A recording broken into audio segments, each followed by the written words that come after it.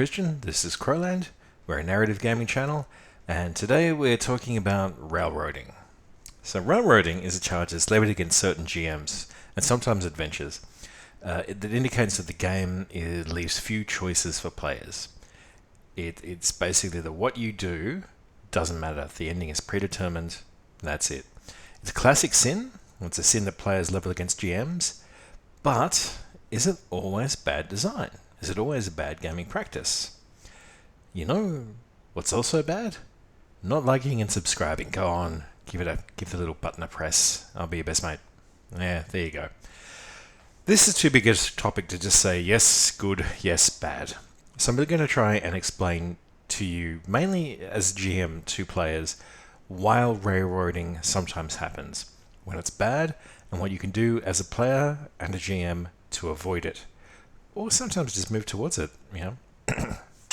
An RPG is a collaborative effort in which players ultimately have control or at least the strong influence over the story. Railroading is the idea that the plot is on tracks. Player decisions don't matter. Let's take a classic example. Someone wants to kill an ally of the party. So the party gets together, solves it, stops the plot. But someone kills the ally anyway. Even if you failed to stop the entire plot to gank this NPC fool, it will feel railroady. Even if you actually just as players didn't do a great job, you just feel like you haven't succeeded. Maybe the GM did actually just decide to kill that bloody NPC anyway, but you won't know. And either way, it feels bad. So there's one solution to an adventure, be it find your way to the center of the dungeon, find the ritual to banish the Nightcorn back to the moon. The less choices the player have, the more that they will feel railroaded.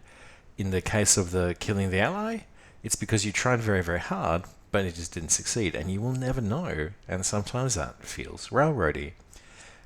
I'm going to be honest, that's just honestly just part of what jamming is part of the narratives of gaming. Sometimes you're going to feel like you didn't have a choice. But if the GM is not providing options, if he's not providing choices, you're pretty much just actors in a script. And who would ever want to be an actor? No, that's not the way forward. You've got to find a balance between sometimes things are just going to happen and letting players make the decisions. First of all, often railroading is simply players not... I'll say that again. Players not providing solid, workable ideas to solve an adventure, to come to the climax and defeat it. As a player, have you followed every lead? Have you made a good map? Have you used all of your abilities? No? Perhaps you weren't railroaded and you just missed a trick. Perhaps you have failed to provide as many options as you might want. And often, when players feel a bit bullied or a bit pressured to make certain choices, there is a reason why. It's just because you just haven't made great choices so far. And honestly, in my many decades of RPG, most times I see railroading as GMs just wanting to push a story forward. Every time I've felt railroading, it's because I wanted to bloody move things on. I think all GMs have been here. Sooner or later, you're going to be in a game that you're running or playing in that are slow, and slow games are boring. Games lag.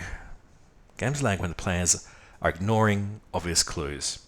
You get some old school type player who wants to tap everything with a 10-foot pole because that's how they did it in 77. Maybe you got player characters just bickering with each other. Maybe your players are bickering with each other. Things happen to slow down games, you know. Simpsons quotes or whatever the hell the kids do now. So as a GM, you don't want that to happen. So orcs come out of the next room. The Megacorp sends a cyborg hit team to make something happen. Or maybe because you're very, very close to an adventure being ending, you, as a GM, you might start to go, okay, look at your map. Nope, that door, not anymore. That door, not anymore. Okay, there's only one door, and it's the big boss. Is it ideal? No.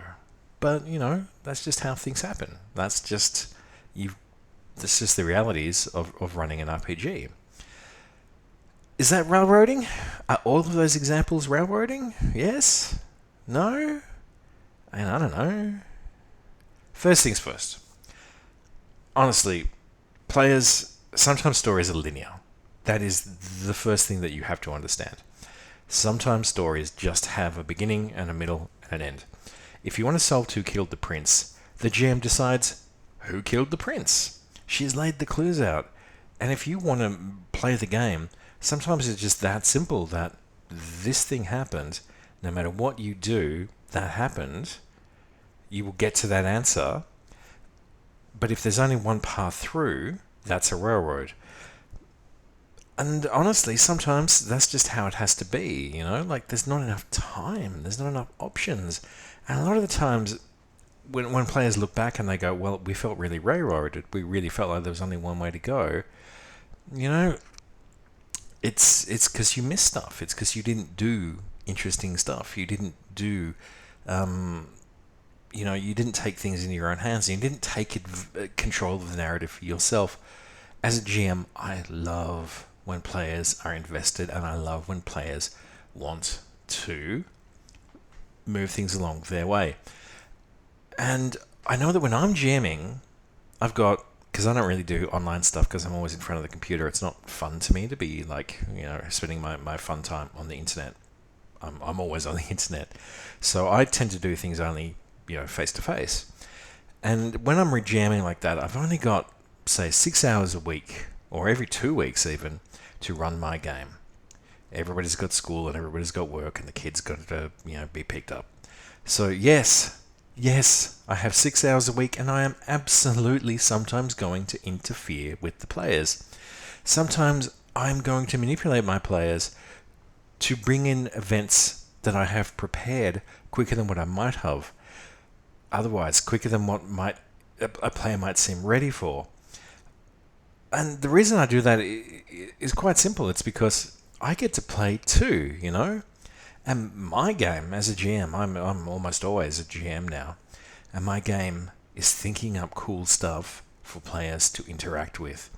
And I like to get my time respected. And my time is thinking those things up for my players. So when they're just buggerizing around and not really doing anything, I don't feel that my time is respected, or I just feel like I've got to move this game on. I don't do that sort of stuff a lot. I tend to game with grown-ups. I tend to play a game with mature people who understands that a good clip is best for a game. So speaking as GM, I hope players understand I am doing it. Essentially, this is what's underneath, I think, a lot of railroading, because I'm doing it because something cool is soon. And you're delaying it from what I, as a GM, with the perspective of a GM who knows what's coming next and whose primary responsibility is maximizing good gaming over time wasting. And I want you to get to it. And sometimes, I might take a little bit of choice away. And if you feel like you're being railroaded a lot, are you? Is your GM that terrible? Or is the GM just trying to pick things up? I should just say right now that role-playing and spending a lot of time in character is not time wasting. So, just, Oh, sorry about the awkward jump there. There was just some stuff happening in my human life. Anyway, so that's what railroading is. Just this feeling of like, your choices don't matter. And we don't want to do that. We don't want to be railroading. We don't want to create just, it is my story and you are running through it. So how do we actually avoid it?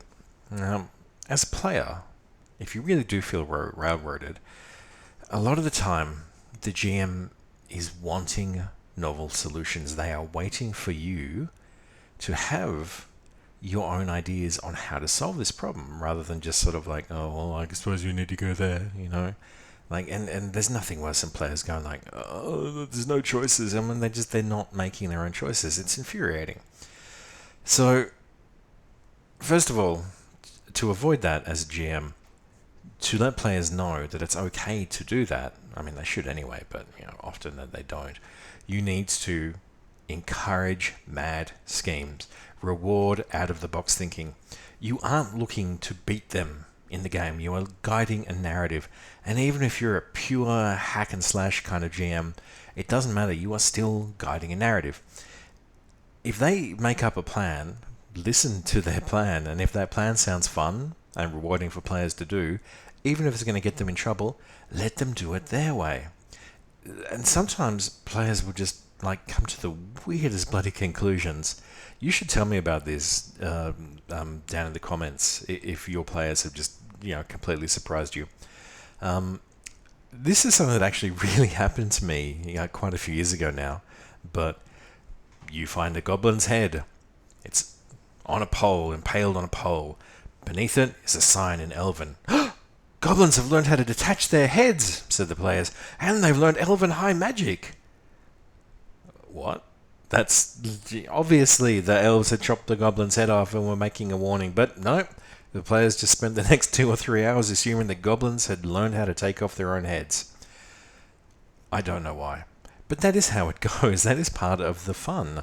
Players make weird conclusions and act on them. Let them come up with it. Don't always jump in and go no, that's wrong. Let them just undergo their mad schemes. Let them just undergo their insane conclusions, and they will feel that they had a lot of control over the narrative. Sometimes that can be a bit of a hassle, I know, because again, you've only got your few hours of session. You don't want them to buggerize around too much. But at the same time, finding that mixture between moving things along and just letting players take their time, it's different every time. There's no, set model for how to resolve that. It's different for every campaign. It's different for every session. It's different for every group. The second way that you might want to avoid railroading, and it's a bit more work, is give your players lots of choices. That's not to say the only way to avoid all questions of railroading is to make a hex crawl sandbox. I don't really use those very much. Sometimes I do. But it's not the only way to just purely create choice. Give the players a few options of which adventures they might want to take.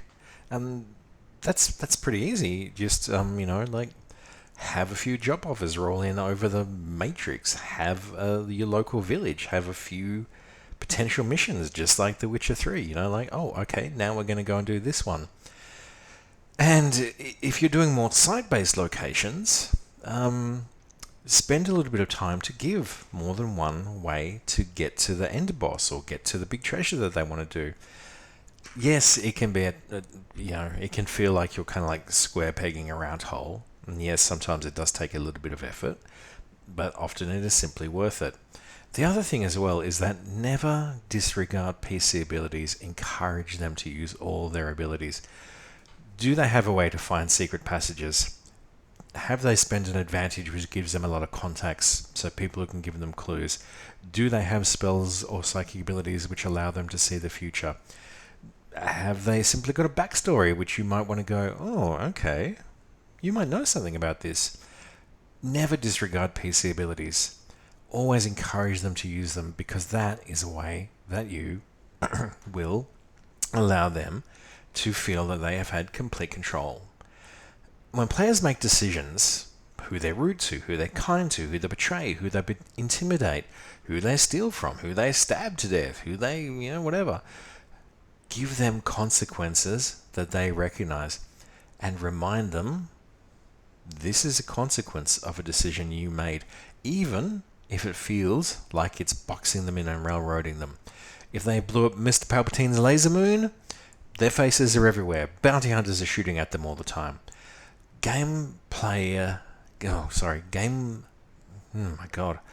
Players recognize consequence. And they should, just tell them, well, this is because you robbed a bank in blind daylight. This is because you killed the evil perp live on camera. Consequences will allow players to understand that even though that they don't get to do everything that they want, it's because of what happened to them before. And I think that is a real kind of, the dark side of player agency. Yes, you can do anything that you want. Just understand it's going to cost you. So there you go. I think for players, if you do feel railroaded, I think that you need to, the first thing that you need to do is just look inward, you know. I normally don't believe in any kind of adversarial relationship between players and GM. But sometimes, as a player, I think that it behooves players to look at their own behavior before they go, oh, you can't GM. Terrible. Have a look at your own behavior. Are you doing dumb things? Are you missing clues? Are you just, not talking to NPCs who have stuff to tell you? Are you actually being proactive? Remember, you want to make a PC that is proactive. And you've got to think about other things. Are you doing stuff that rubs up against the campaign narrative? For example, if you are doing like a gritty cyberpunk thing and trying to solve the crimes of the evil cops, are you, are you doing proper investigations, or are you deciding to become like a rocker boy and just, become the world's most famous synthesizer player? I don't know anything about cyberpunk. Are you talking to the NPCs in a way that will make them want to talk to you? Are you using your skills? Are you using the knowledges that you have? Are you using those contacts and divinations? The GM will often be waiting for you. You might be railroading yourself. Because here's the dirty little secret of GMs. Sometimes, in my case, more than I would care to admit on camera, sometimes we listen to your schemes and we think, bloody hell, that's a better idea than what I had. Talk in character and just talk about what you think is going on, because oftentimes the GM will go, that's cool. And yeah, there's discussions to be had about like, should you, defy expectations as GM? I don't think it's really that important. But if you want to avoid being railroaded as a player, just let the GM know, okay, we're taking 5 minutes, we're going to think about what we've learned, and we're going to make a plan. And a good GM will just go, okay, and then just let you act on that plan. A GM that decides that anything that happens that you do will not affect the outcome of the adventure, well, that's railroading, and ultimately all you can do is really say, I really didn't feel that we had too much choice there. And, and as a GM, if you just take the time to let the players do their own thing, and as players, if you take the time to let the GM know what your own thing is going to be, I think that you will find that whole discussion of GMing and railroading goes a lot smoother. So real talk, players, I think that the first person to look at if you are feeling that your game is quite railroady is look at yourself, and then understand that there are better behaviors that you can probably be doing. And GMs, if people keep railroading you, if people keep saying, you're railroading me, ask yourself, why? Are you being railroady, or are you just not listening to them? As always, the solution to all RPG stories or all RPG problems is talk to your players, talk in character and talk out of character, communicate, and you'll be fine, almost certainly. And always remember that if worse comes to worse, sometimes you are just not going to get on with a GM. Sometimes styles don't mesh. It's a shame. Anyway, I think that's about it.